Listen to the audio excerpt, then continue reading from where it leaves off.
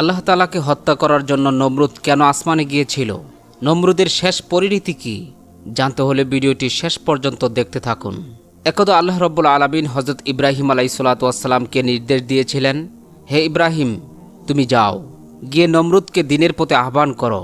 আল্লাহ রাব্বুল আলামিনের এই নির্দেশ পেয়ে হযরত ইব্রাহিম আলাইহিসসালাতু ওয়াসসালাম নমরুদের সাথে সাক্ষাৎ করে বললেন, হে নমরুদ, তুমি এক নিরাকার সর্বশক্তিমান আল্লাহ তাআলার প্রতি ঈমান আনো এবং পাঠ করো লা ইলাহা ইল্লাল্লাহ ইব্রাহিম খলিলুল্লাহ, আল্লাহ ছাড়া কোনো মাবুদ নাই, ইব্রাহিম আল্লাহ তাআলার বন্ধু।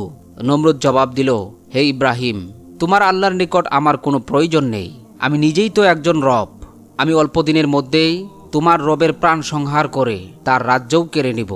নাউযুবিল্লাহ। হযরত ইব্রাহিম আলাইহিসসালাতু ওয়াসসালাম বললেন, ওহে কাফের নমরুদ, তুমি আমার রবকে কোথায় খুঁজে পাবে? নমরুদ বলল, সে ব্যবস্থা আমি করে নিব, যথাসময়ে তা দেখতে পাবে। এরপরে নমরুদ চিন্তা